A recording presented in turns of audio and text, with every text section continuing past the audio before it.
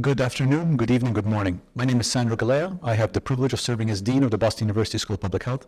On behalf of our school, welcome to today's Public Health Conversation. These events are meant as spaces where we come together to discuss the ideas that shape a healthier world.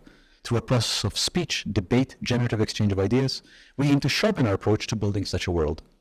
Guided by expert speakers, we work towards a deeper understanding of what matters most to the creation of healthy populations. Thank you for joining today's conversation. Thank you to our school's Center for Health Law, Ethics, and Human Rights for presenting this event, and thank you to our Dean's Office and Communications team for the work putting today together. Today's conversation honors the memory of Cathy Shine. Cathy Shine was a remarkable woman who turned an experience of trauma into a legacy of a healthier, more just world. After being restrained against her will while in a hospital recovering from an asthma attack, she went on to become an author and advocate for patients' rights. Before her death in 1992, she wrote a book published by the Sentencing Project on race-based discrimination in criminal justice proceedings. Her work brought her into contact with Professor George Annis, the director of our Center for Health Law, Ethics, and Human Rights. Professor Annis would go on to cite her experience when arguing in New England Journal of Medicine for the rights of patients to refuse restraints. Cathy Shine's legacy continues to help advance the conversation about supporting the health and dignity of patients. We are deeply grateful to the Shine family for helping us establish this lecture to continue the conversation. Today's event is going to be moderated by the intellectual architect of this event and the Shine Lecture Series, Professor George Annis. Professor Annis is William Fairfield Warren, Distinguished Professor of Health Law, Ethics, and Human Rights at our school. He will moderate the event and introduce today's speaker, Dr. Cheryl Clark. Professor Annis. Thank you. It's my pleasure to introduce our Shine speaker today, Dr. Cheryl Clark. Dr. Clark has a long title, so I'm going to read it. That's okay. She wants to make sure that's right. She's a new executive director and senior vice president at the Institute of Health Equity Research, Evaluation, and Policy of Massachusetts League of Community Health Centers. It's not her only titles. They actually have lots of titles. This is her new one now. This, I have a feeling, is going to be her newest work. I'll let her talk about that.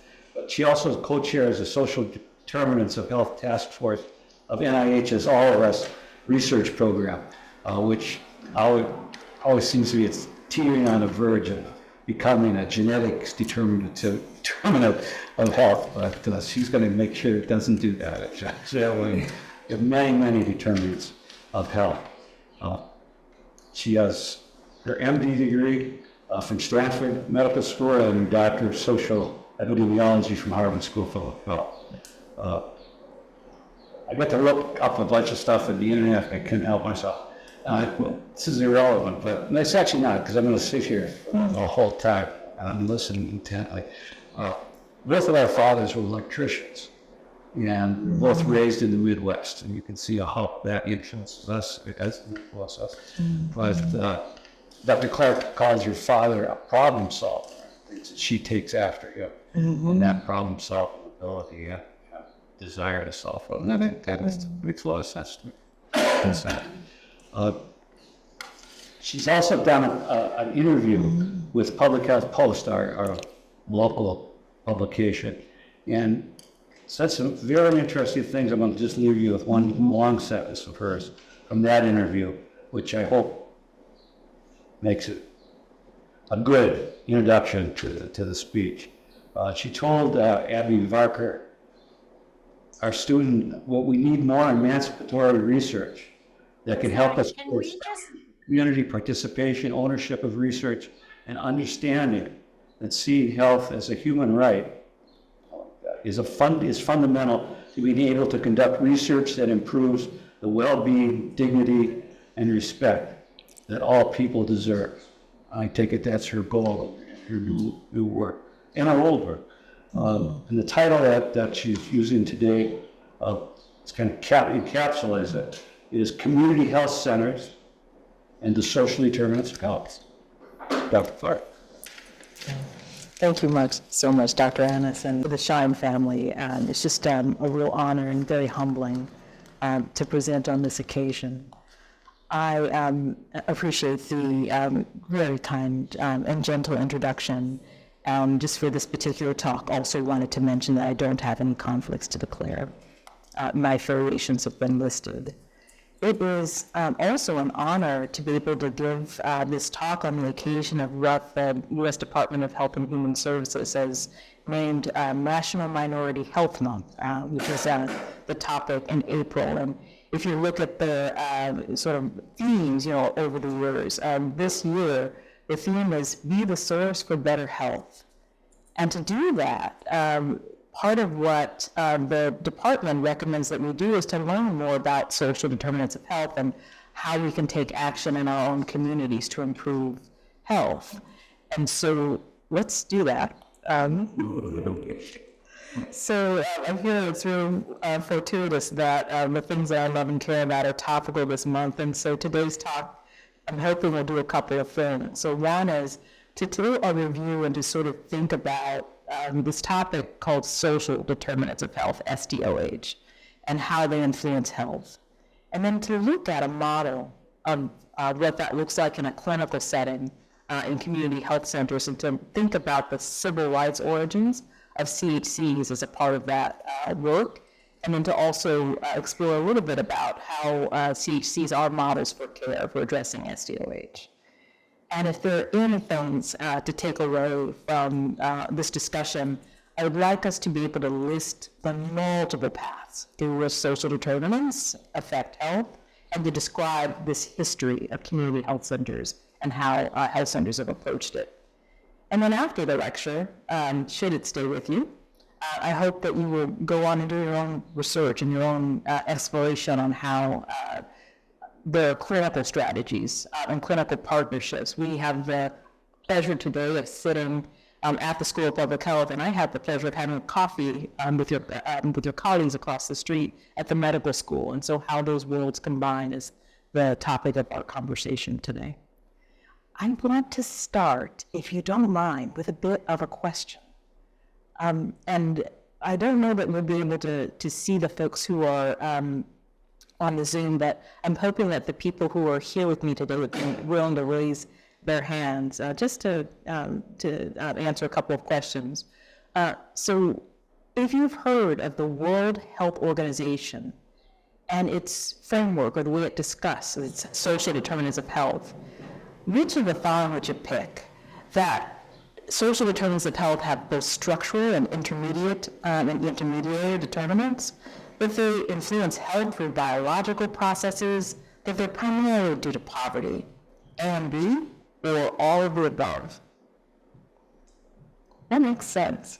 What would you pick? How many for A? And how many for B? C? A and B? And just so you know, we have a shy room here. What's all of the above? Yeah, so everyone raises all of it. So these are really good test taking things.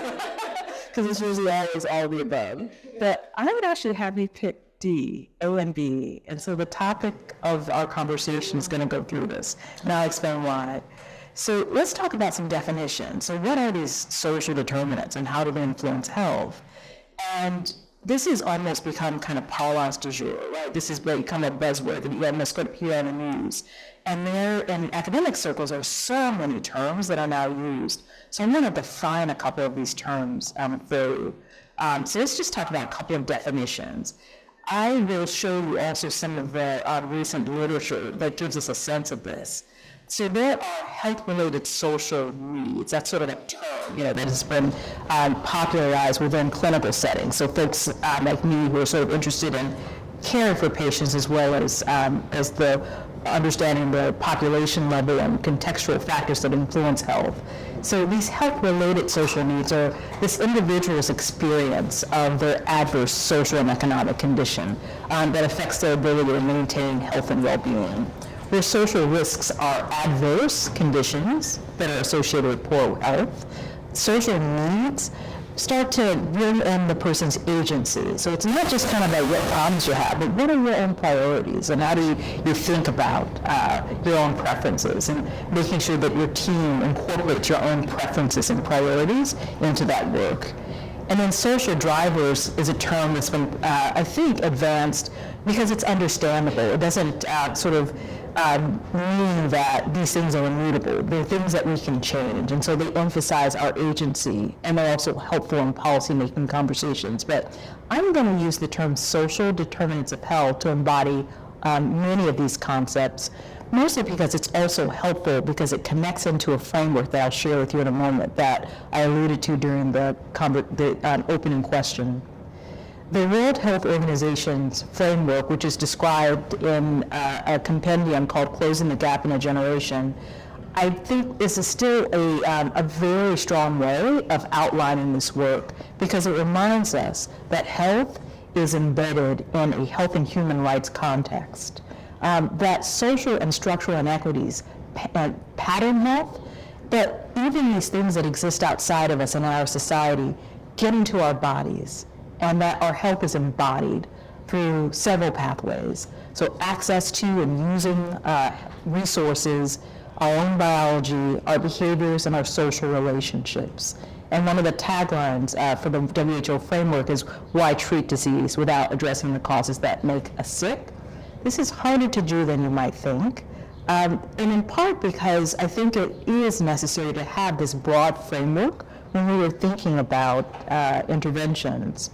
Typically, clinicians often are thinking in this box: material circumstances. Do our patients have food to eat? Do they have a place to live? So these sort of material circumstances. And I wanted to show you an article, or talk a little bit about a movement within healthcare to address that first term I talked to you about, health-related social needs and clinical care. The New England Journal of Medicine is one of our a premier journal, a journal we all sort of stay in touch with, I think, as we take care of patients. And the Accountable Health Communities randomized clinical trial is one of the largest trials that's taken place so far in the U.S. to try to manage these social needs at scale. Don Alley and colleagues at the Centers for Medicare and Medicaid and Center for Innovation put out this piece defining and codifying this term, and also introducing the randomized trial that was performed called the Accountable Health Communities Model, the AHC. And the idea is that we ought to really focus in on making sure that the material needs of our patients are cared for as we provide their care. There were 5 core health-related social needs that were managed within this randomized controlled trial: housing instability, food insecurity, transportation problems, difficulty paying utilities, and interpersonal violence. And there were 2 models to do this. So one was assistance, so that you would screen your patients, put together a valid survey and ask people about their needs, and then let them know and help to navigate them. Using a community health worker or some other model where there's a person helping people to navigate the system. The second went a step further. It was called alignment. And that's where an organization called a bridge organization would bring organizations together and institutions to try to have conversations, and so that there was a bit more organization, not just sort of an individual going out on their own and trying to navigate, but so that the institutions that provided those social services would be in communication. And bridge delivery organizations could be myriad, but they were responsible for sort of doing this kind of work. So what happened? It achieved scale. So over 1 million, both Medicaid and Medicare beneficiaries were screened by about 29 bridge organizations across the country, and you can sort of see them. But there were some interesting outcomes here. Only about 14% of the health-related social needs that were identified, so 14% over about 3 years, right? And one of the sort of driving reasons for doing this within healthcare is that healthcare utilization should be improved if we address social needs. And what we saw in many ways were some modest changes. So in sort of fee-for-service Medicare and Medicaid, there were kind of small reductions in ED visits, and about a 9% reduction only for fee-for-service Medicare for avoidable ED visits, so going to the emergency department when you don't need to. And so why might that be so when we were focusing our attention in that top box around sort of health-related social needs? One of the participants in some of the qualitative data that was taken from the HC sort of described it. You've got 600 people on a waiting list who are waiting to get into housing. You've got 50 units across the entire country that become open every 30 days. And so it's just a trickle putting people into, that are homeless or chronically homeless into housing. But we haven't addressed these structural barriers. One thing that I should also mention is that even in the alignment track where the organizations and institutions were all brought together, there wasn't an additional payment or an investment to sort of increase the level of services. It was more coordination at the organizational or institutional level. And so just very helpful and humbling in many ways as clinicians sort of think about stepping into this foray that we need to have a broader framework for guiding our work. So how do we think about that? I know we said all of the above was a possibility, but often when I have this conversation with my colleagues and with clinicians, we don't always understand the extent to which social environments are not only mediated through the way that we use healthcare, but it also settles in us. You know, it becomes a part of who we are. And how is that?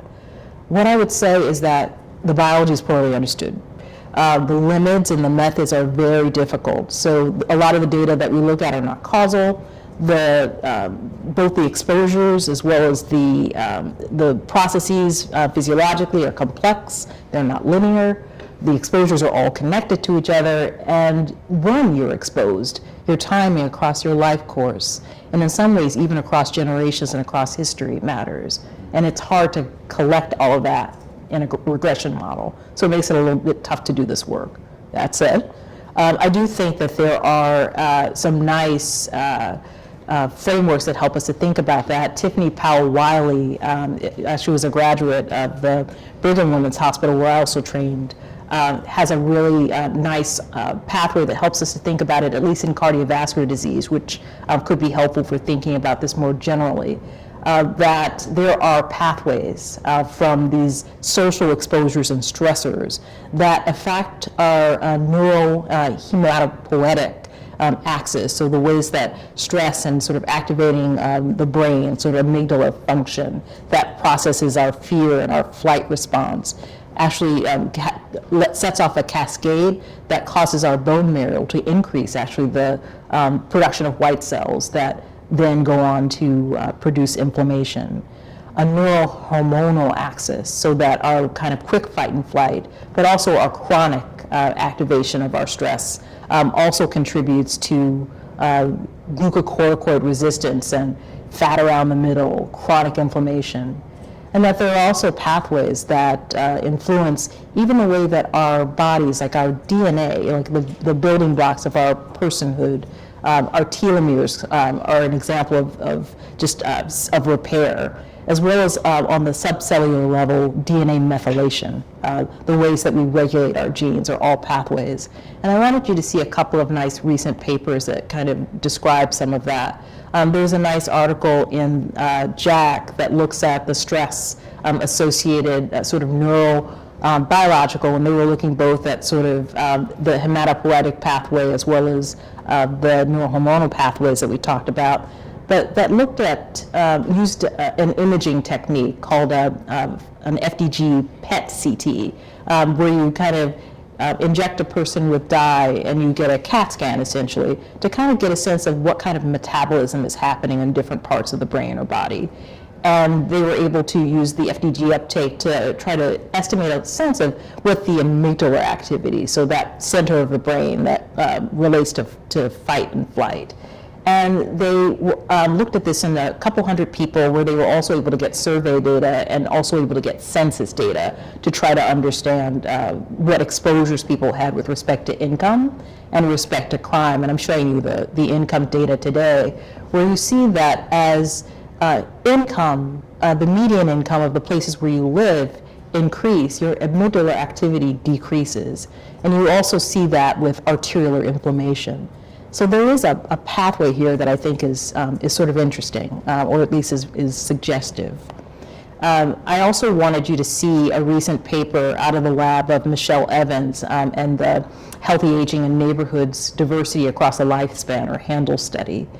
Part of what's been interesting, I think, recently in the field of aging is this understanding that we all age chronologically, but physiologically, we all sort of age at different speeds. And it may be possible to understand that by looking at patterns of DNA methylation. So looking at, even if you were able to, so DNA, the ways that our genes are regulated are often tissue specific, but there are algorithms that you can use even to use white blood cell methylation and to look at CPG islands to try to understand those patterns to see whether there are changes over time that indicate a pattern or associations with multiple biomarkers of physiologic decline, like hip waist circumference, et cetera. And so there are scores, and one of these that the Evans lab uses called the Dunedin PACE score that gives a sense of what is the relationship, that basically gives us a sense of your physiologic age. And they did a really interesting technique to disconnect that from chronologic age by basing it on a cohort called the Dunedin cohort in New Zealand, where they basically got everybody who was born in the same year and sort of did the cohort that way. And the Handels team used that score within a cohort of folks in Baltimore to try to understand what the relationship was with respect to measures of income and other social exposures. And what they saw was sort of interesting, that if you look at people who are living in a place that is above a poverty level, what you see is that the difference in two time periods between your chronologic age and your physiologic age is increased for African Americans and compared to whites. They sort of looked at that. But when you look at folks who are below poverty, you actually see quite a large increase between whites of low and high or above poverty status, but you don't really see that difference for African Americans. And there's something intersectional here about the experience of race as a social phenomenon and the experience of poverty. So these are all really sort of interesting and suggestive findings that I wanted us to know about. So the environment gets into our bodies and it influences us. There are also psychosocial pathways that are important to know about. We need each other very deeply.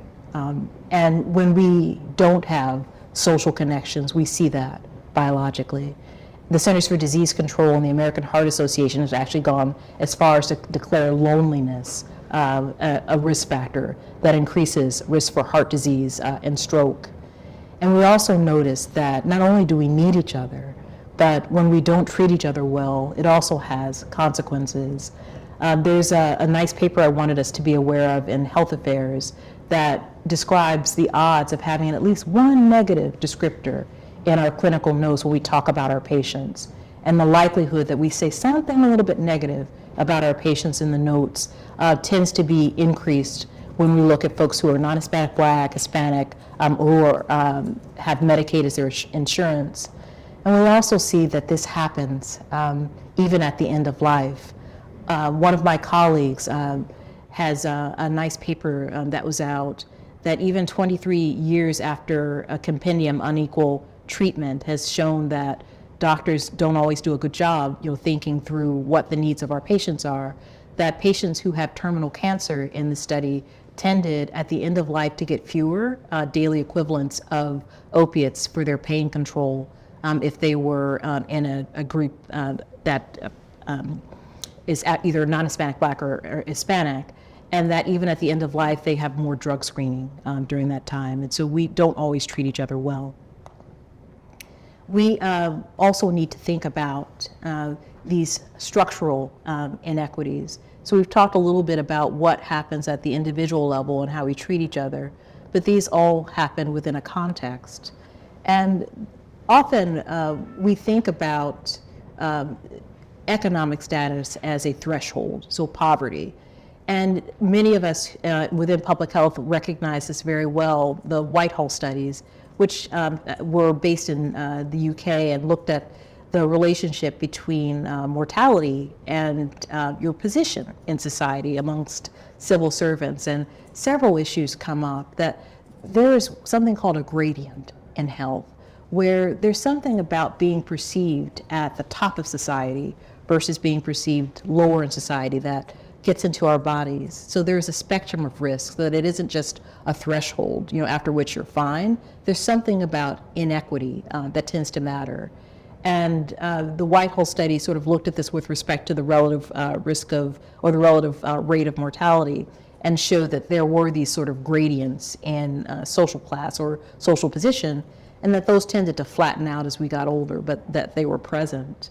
And I wanted you to see this in data within the US. There's something called the Gallup Healthways Survey that calls people every day and asks them, how are you doing? Do you have a cold? Do you have the flu, headaches, chronic diseases like pain? And you see these similar gradients in health with respect to education or income for things like infections, chronic disease, and so you also see it for headache and for pain. It can be difficult in the US to do these studies because we don't often have our health data and our socioeconomic data in one place. And so it's really powerful to see this happen in places that do have these data. This is the example of COVID-19 and severity of illness. So the Sweden has a national registry that collects both income data but also healthcare utilization data. So it's really interesting to be able to look at that. And the authors looked at the 3 waves of the COVID pandemic and looked at the relationship between income and the likelihood that you got admitted to the intensive care unit, that you were sick enough to get hospitalized. And you see that early on, when none of us had sort of immunity, that there were SES gradients that were pretty flat, but that as we got more immunity, the gradient sort of increased. You might be thinking it's access to care, people aren't getting, vaccinations. And so they looked at that and saw that even those who had not been vaccinated, who were in the highest income categories, tended to have a lower risk of getting admitted to the ICU than those who were in the categories that had been vaccinated, even if they were low SES. So utilization is very important, but there's something else that's going on besides just access to those medications. Important still, in addition to understanding our socioeconomic position, is understanding the context that generates those positions. And I wanted to talk to you about this concept of structural racism as a way of understanding one of those exposures, where race is a social category that is based on markers of social difference. And I actually like the definition by David Williams. It's helpful in healthcare settings to think through structural racism and what that means as a system for organizing society, where dominant groups use their institutional and structural power to allocate and rank people and allocate resources in that capacity. And there are 5 concepts that I wanted to review related to this, just how foundational structural racism is to society, that you see it in our founding documents. This is the Plessy versus Ferguson Supreme Court ruling that legalized segregation and sort of separate facilities for blacks and whites. And that whether we are thinking about W.E.B. Du Bois in Philadelphia or Dolores Acevedo Garcia, who's also a researcher in Boston, that there's an enduring legacy, that the same concepts are talked about over time, and that it's very difficult to do this work in part because there really aren't similar environments for groups that have this legacy. Dr. Acevedo Garcia has a famous paper in Health Affairs that looks at neighborhoods across the country, and she creates an index that looks at whether or not there are adequate schools and what the economic status is, and that there really aren't neighborhoods or census tracts in metropolitan areas where children, according to race, ethnicity, sort of share the same environments. That all of these are possible because of these mutually reinforcing and interdependent concepts, so that some of the health-related social needs, for example, that we talked about, like transportation, education, these are all mutually reinforcing in the sense that you can't just sort of intervene at one standpoint. Not having access to transportation makes it harder to get health care, which makes it harder to get to your job on time, which makes it harder to pay rent. And so that is an important part of that. And that it also doesn't require any individual intent to discriminate. Unequal treatment helped us to think about that there is bias in the way that we treat each other. But even our regulatory systems, do we require use of interpreters? Those are all a part of that. And that manifestations really do evolve over time and are shaped by political movements. They change over our life course. In my group, we are currently working with leaders and front desk staffs within community health centers and are doing interviews to try to understand what this looks like a bit more, and have developed a model around structural racism where we draw from a framework, Lincoln-Phelan, that looks at these fundamental causes. And we've noticed 3, so resource segregation, stigma, dehumanization, and erasure, have replaceable mechanisms where you don't actually have to discriminate by intent, just allocating resources by insurance, by where you live in terms of your geography, by practicing race-based medicine where you allocate treatments based on the social concept instead of measuring the biology, and continuing to not tell the stories and not to recognize the contributions of diverse populations in medical care tends to perpetuate this. And so some of the take-home points that I'd like to raise here are that the social determinants of health are these broad social, economic, political conditions that shape our healthcare delivery, that they have protective as well as adverse influences across a gradient of exposures, and that they get into our bodies first in multiple ways. But what do you do about any of this? What do the models of care look like? And what I would say is that one part of the framework that we haven't yet talked about is social movement, social cohesion, social capital. How do we think about what happens when we work together? Part of what doctors are often asked is, should we be in the business of thinking about social determinants? And it's important to recognize that we already are, and we already have been. This is 2024, the 60th anniversary of 1964's Freedom Summer.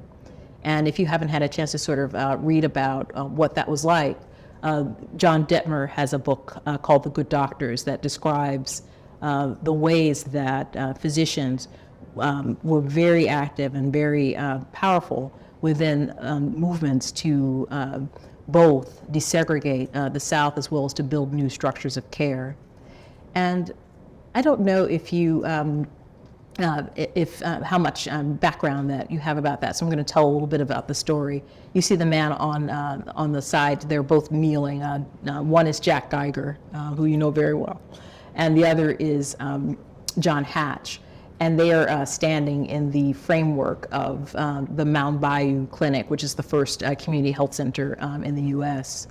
And the gentleman on the right-hand side of the screen, John Hatch, likes to tell the story of one of his influences, just thinking about somebody who was very powerful in terms of shaping social movements, a woman named Dorothy Boulding Farabee, who was an obstetrician gynecologist. She wound up her family moved to Boston, and she did her training at Simmons College and went to medical school at Tufts, and was not able to get a residency program, so she wound up having to going to Washington, D.C., where she early on developed something called the Southeast Settlement House, which provided within clinical care recreation and daycare services for people who worked locally, so that folks who lived in Capitol Hill in that area could have places for their kids to go. She also developed a model called the Mississippi Health Project, which incorporated these social factors around making sure that there was good education and access to fruits and vegetables, a mobile unit to make sure that she could reach places that where people had difficulty coming in, and wound up vaccinating 15,000 kids against diphtheria and smallpox, and wound up working very closely with local sharecroppers, with the public health department with local senators and got the attention of the White House, and ultimately worked within national organizations to advance the cause of desegregating and housing, employment, and voting. And later in her life, was a part of the Freedom Summer movement and came to help register African Americans to vote. So this idea of social determinants of health is very much embedded in the history of how physicians have done their work. And Dr. Farabee was Dr. Hatch was very influenced by the work of Dr. Farabee and incorporated these principles in his work with Jack Geiger, and added a component around faith-based organizing, understanding that that was an important social organizing principle within African American communities. And this was all very important when tragedy struck. Many of us know that last year was also the 60th anniversary of the assassination of NAACP Field Secretary Medgar Wiley Evers. And Medgar Evers had been investigating the murder of Emmett Till, and had also drawn the ire of the local sort of segregationists and sort of organized resistance to that work, and had been assassinated on the evening that JFK had announced an intention to move civil rights forward. And he had also befriended Dr. Robert Smith and several African-American physicians as a part of this work. And the physicians, including John Holloman and Walter Lear, who founded an organization called the Medical Committee for Civil Rights, picketed and protested the American Medical Association to bring attention to the fact that organized medicine was also complicit in this struggle. And as a part of that work, this organization transitioned to the Medical Committee for Human Rights and became a part of treatment. So it was impossible for the activists who were demonstrating that summer to get health care in traditional settings. So they set up field tents to provide medical care. But they also decided that there might be something more that could be done to provide care in a more comprehensive and lasting way. And that's how the community health center movement was born. In a room, you see several, so they have more gray hair, I think, than when they were sort of sitting in that room in Greenville.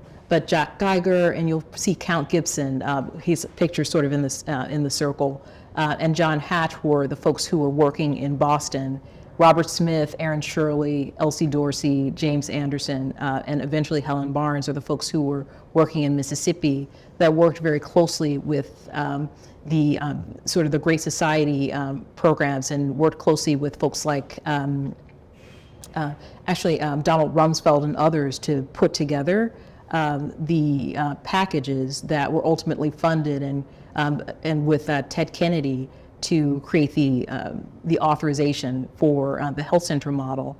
And it was a broad, both structural as well as social model that provided several intermediate strategies. Community health centers continue to be economic drivers in their community, $85 million annually in the communities where they operate.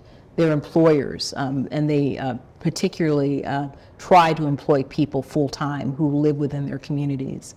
And they are a payer, no matter if you can afford to, they take care of you whether you can afford to pay or not. And I think this slide actually might be older. It's 31.5 million, I think, across the country now. And it, by definition and by founding, addresses social needs and drivers as a part of the work. One of the adages, and this is information provided by the National Association of Community Health Centers, is that if you've seen one health center, you've seen one health center. But their themes, and you'll see that many of the social determinants of health and structural determinants that health centers provide span several categories around education, job skills, even voter registration. And there are a couple of examples I wanted you to see. Aaron Shirley, in addition to helping to found one of the first community health centers in Jackson, Mississippi, also developed something called the Jackson Medical Mall, which also incorporated issues or relationships with community development to help with home ownership.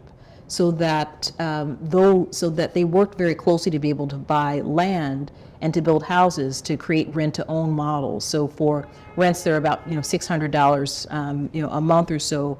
Over a 15-year period, you could sort of pay in and actually own the home after you were done with that, and that there were all sorts of kind of wraparound supports as a part of that. And in addition to the Community Development Corporation, the actual mall itself has all sorts of commercial businesses and commerce. You can get many things that you need, expert cancer care, arts, just a real sort of a creative space. And it is a model for how we can think about social determinants and how one might do that.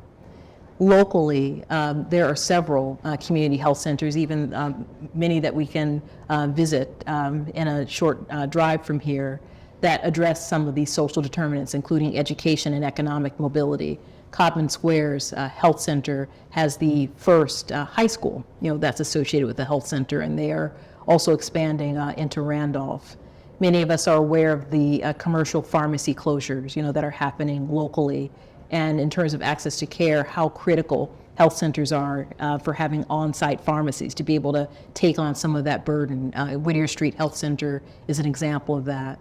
And in terms of community context and neighborhood context and how we need each other, the Demick Center has a program where they're teaching young people to learn how to take blood pressures and be health ambassadors and to work with their elders and build that kind of a partnership.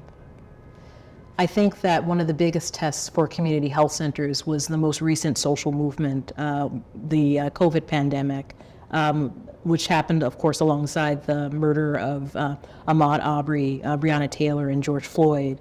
And community health centers were essential for providing services during the pandemic.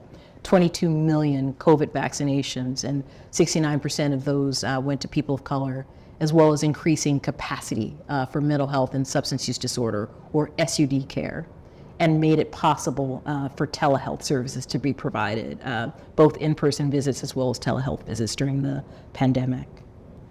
And so I would say that outside of the CHC model, increasingly, we're all being incentivized to take on this idea of social determinants. The sort of federal 1115 demonstration waivers are providing resources to provide services, and typically those are either housing or nutrition, transportation, case management. But I think it's important to remember where we've been, as well as where we currently are, to increase our imagination about what's possible. So as you think about other models, the National Academy of Medicine has also provided a framework of A's to help us to think through being aware. How do we adjust our care plans? How do we advocate? But the community health center model, I think, is an important example for how that is currently done. So thank you. I wanted to summarize by saying that I hope that you've taken away that social determinants of health have very multifaceted influences on health, and that health centers are a model for thinking about how we can address both the structural and the intermediary social determinants. And certainly this requires multi-sector investment, but I think clinicians have a role to play, and that public health collaboration alongside our colleagues down the road will be helpful. So there are some resources. The physicians I talked about have written this. Richard DeShazo, Robert Smith, et cetera, have at least 2 articles. I think they have maybe 1 or 2 citations. So I would encourage all of us to make sure that we are aware of this history. And our team at the Brigham has a website, ourhealthstories.net, that is compiling some of these stories to increase awareness and to remove the erasure of this history that I think stifles our imagination. Thank you so much for trusting me with this lecture, and I look forward to our conversation.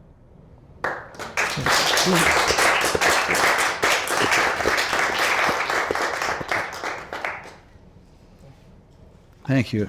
That was terrific. Thank you. No, it's a lot of history, and I couldn't agree with you more that one of the tragedies of our current healthcare system is we've forgotten our stories, and we've lost deep connections with each other. That's right.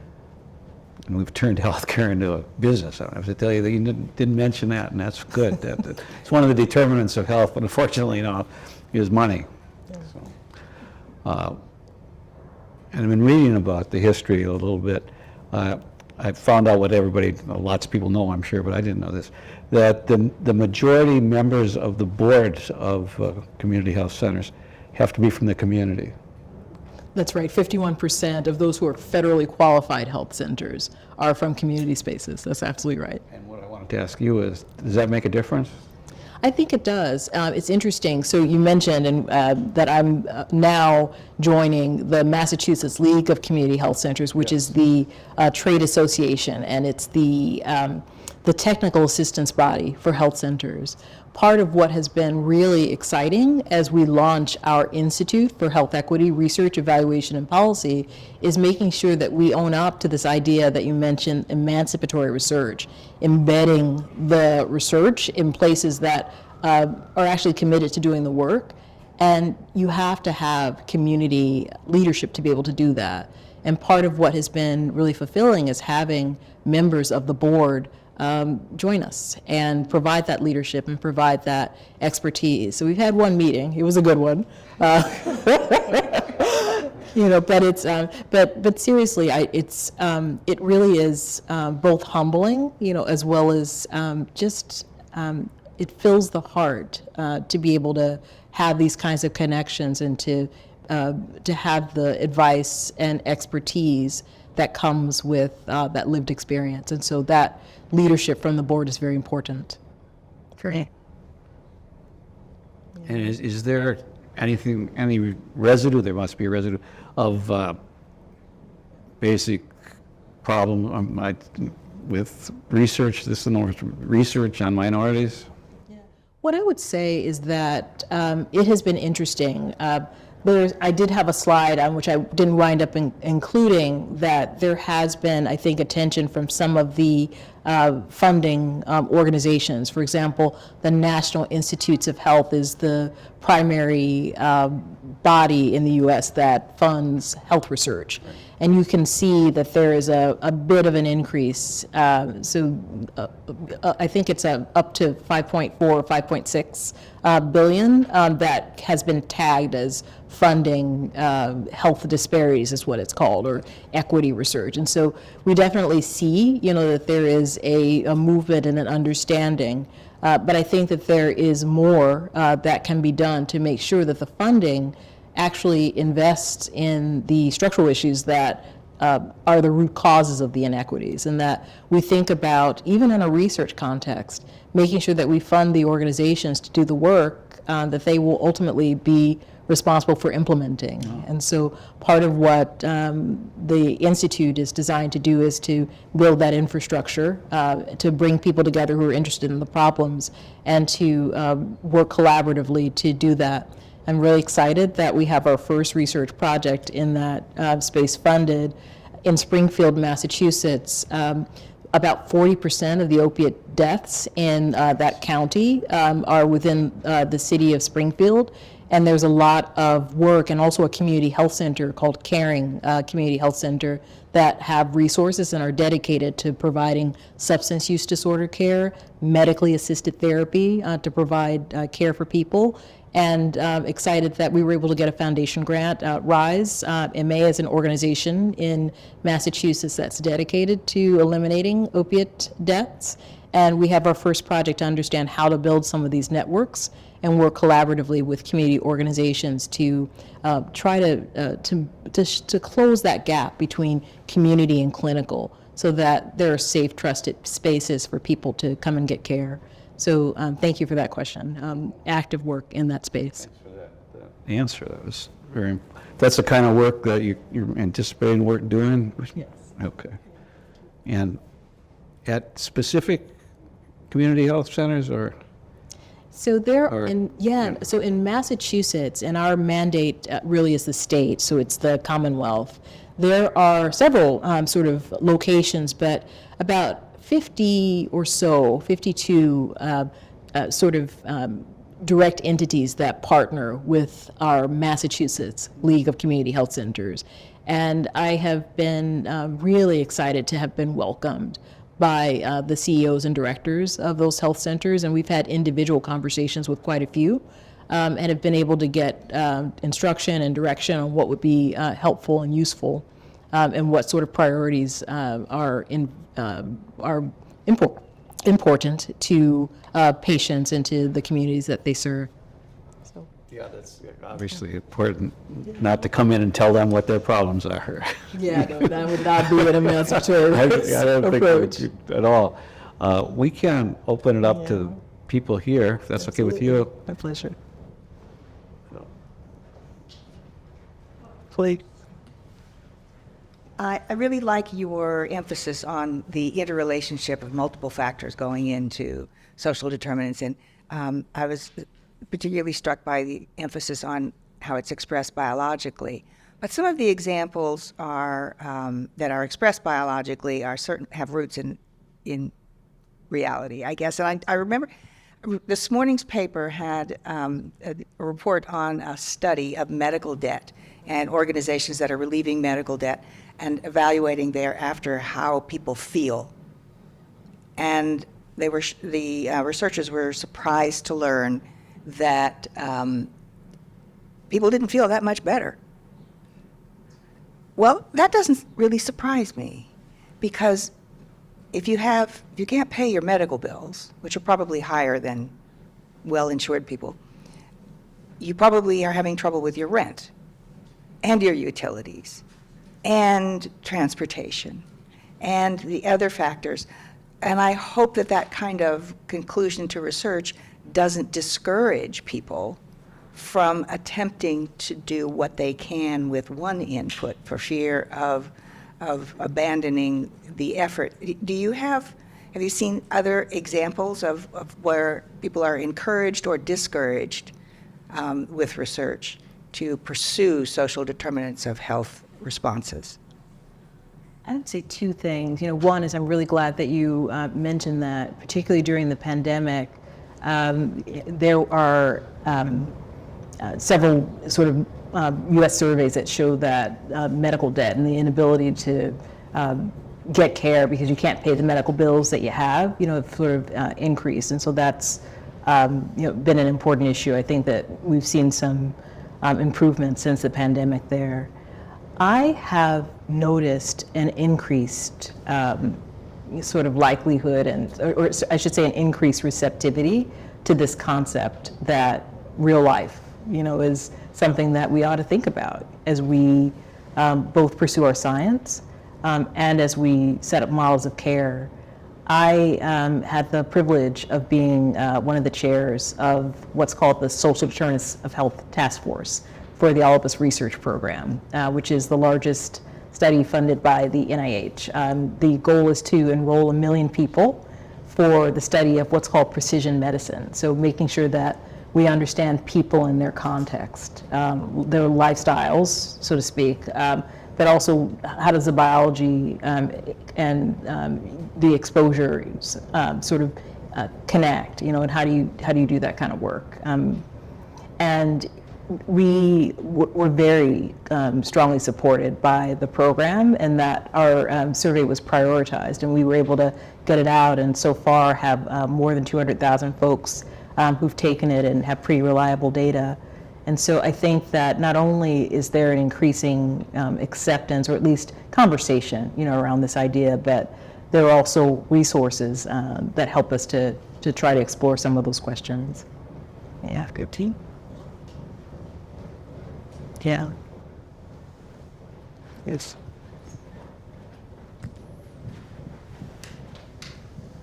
Thank you again. It was a beautiful reframing really of what we can so casually call SDOH and the historic roots. So thank you. I really loved your mention of when you got to the real, true structural piece, and you mentioned the Jackson Medical Mall as an example. And I wondered, you mentioned a few incentives that are current that CHCs are able to address, things like housing through waivers, but those are still very much on the individual level, right? So I wondered if you could say more about anything you're aware of of either on the barrier side or the incentive side to creating what I think we could all believe is the need for CHCs to be at the center of more neighborhood-based things like the medical mall that really can take on structural issues beyond the individual level. Yeah. I have to admit, I think I'm going to lean into listing some of the problems, or some of the issues. That's true. And I understand that there is a primary care crisis. I think is maybe one of the ways of thinking about it. That isn't specific to community health centers. That it has been very difficult to organize both the workforce as well as the ways that we pay for care to support robust primary care. Even our movements toward value-based care, doesn't provide the resource, that we need to really do a good job. And so, in many ways, just the fundamental problems of trying to put the resources that we have in place to keep our hospitals and health centers and clinics staffed is a primary issue, that I think that we're facing around the country and certainly in Massachusetts. It's been very difficult to even get a primary care clinician. So those are some headwinds, I think, that we experience.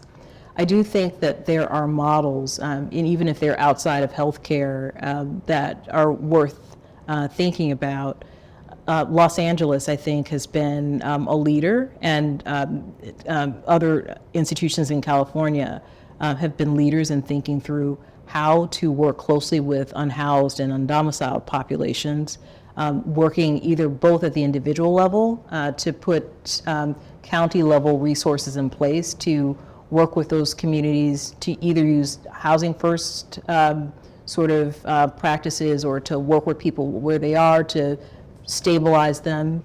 A woman named Dr. Heidi Beferuz, I think, is somebody that I might recommend that you read in terms of like what the great sort of structures are for doing that.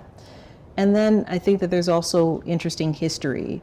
The Jackson Medical Mall used one strategy, but in Boston, for better or worse, I think the model that everyone points to is the Dudley Street Neighborhood Initiative, the land trust, right, where it wound up being quite impactful, right? Like in the 1980s, sort of the Mayor Flynn at the time wound up being able to create the trust so that a community organization owned the land under Winthrop Estates over in Roxbury, so that the tenants own, or the homeowners own the land as well as the home, and it allows you to build wealth in that capacity. And so there are others in other sectors that can describe what that looks like, but there are, I think, models for doing this if we, if we were creative. Yeah, thank you.